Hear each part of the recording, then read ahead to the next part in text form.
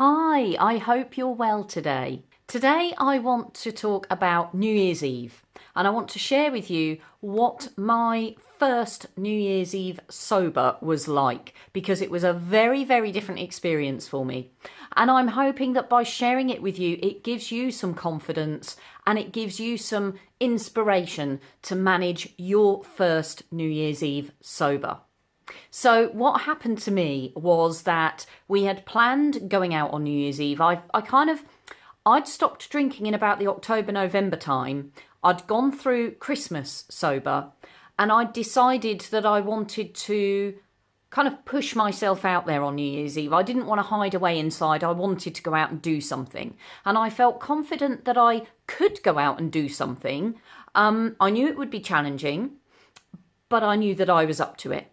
What I thought would make life easier on myself was if I did something, and this was together with my boyfriend, was if we did something together that involved some kind of activity where it wasn't just about kind of sitting down or being in a pub with everybody drinking all around us. It was too soon in my sober life for me to cope easily with doing that. So I wanted to do something that involved an activity that was going to make it easier for me, give me something to focus on and something to distract me.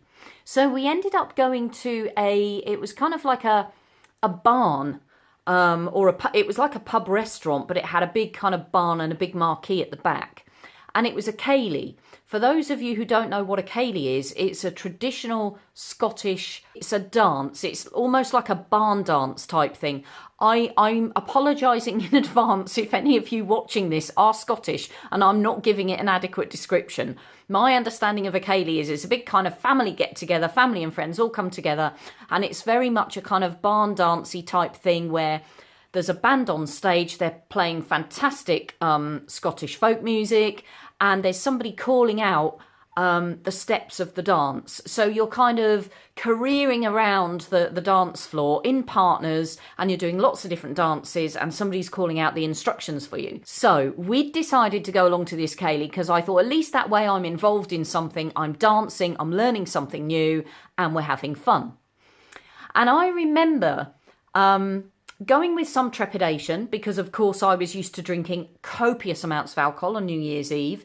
And for me, psychologically, part of celebrating New Year's Eve was the getting drunk. That was what New Year's Eve was about.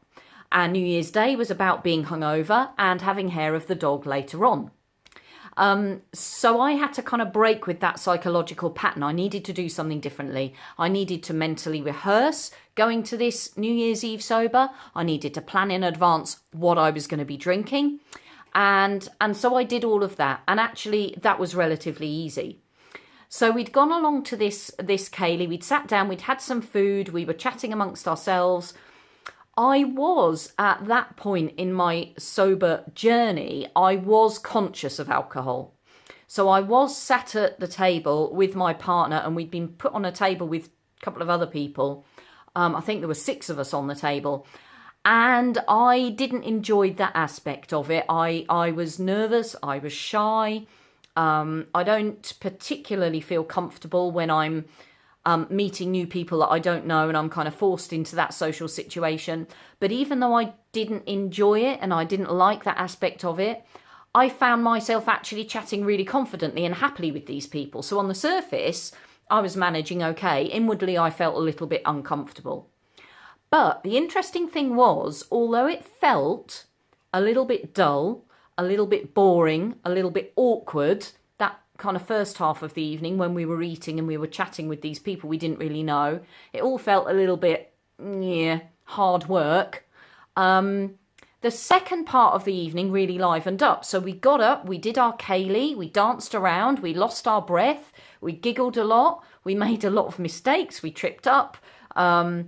We did all of those things that give you a real genuine smile and something to laugh about for weeks afterwards. We did all of that. And then at the end of the evening, there was a disco. Now, discos are not my thing at all. I love dancing, but I prefer partner dancing.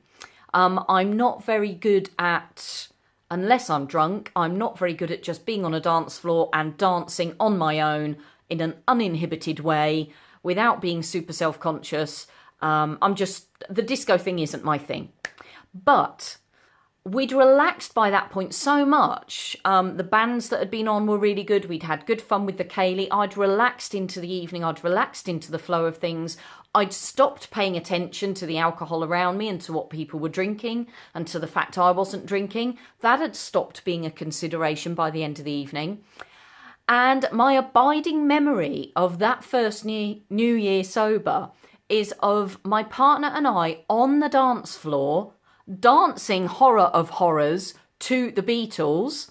I don't even like the Beatles, but we were twisting to a Beatles song. There's probably a Beatles song called something about twisting. I don't know. I'm not sure. But anyway, we were dancing to some kind of Beatles song and we were twisting on the dance floor.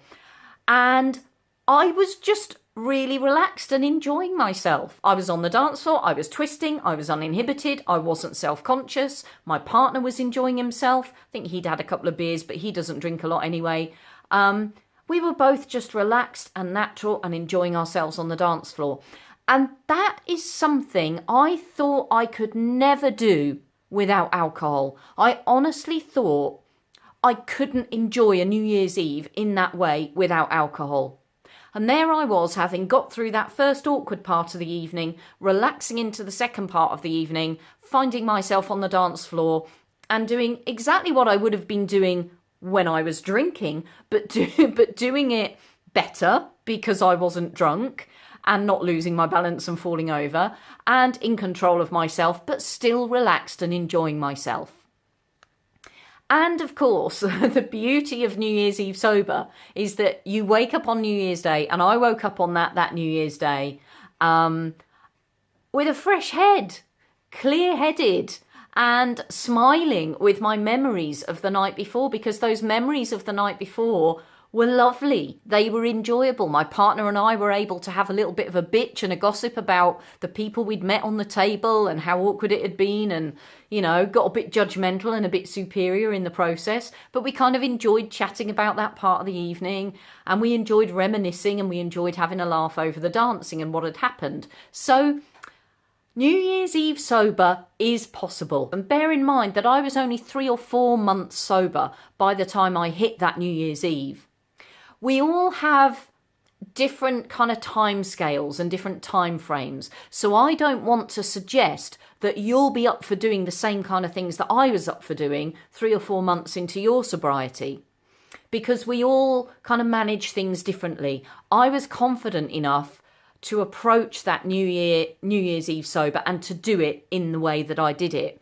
But it might be that for someone else who's 3 or 4 months sober, they might need to protect themselves from that kind of environment and to hide themselves away for a bit longer before they feel comfortable with dealing with that kind of challenge. And that's okay too. We all kind of progress along a different timeline, and we all progress at different rates. So what works for one person after 3 months might not work for another person after 3 months. It's really important that you go with your flow and you protect yourself in the best way you can, in the way that you need to do. So just wanted to offer you a little bit of reassurance and a little bit of motivation, hope and inspiration. You can do New Year's Eve sober. It is possible. I discovered it was possible very early on into my sobriety, and I haven't looked back since. I don't yet know what I'm planning for this New Year's Eve sober. Maybe we'll go to a dance, maybe we'll stay in, I don't know. But suffice to say that once you've done this a few times, you end up going into New Year's Eve sober without even thinking about it. You don't think about alcohol. You don't think about what to plan, what's safe and what's not safe. You just do whatever you want to do, and you do it sober. So let me know about your experiences of New Year's Eve sober. If you want more motivation, inspiration and support to stop drinking and live life happily sober, you can subscribe to my channel. I'll look forward to catching up with you very soon, but in the meantime, let's go get sober together.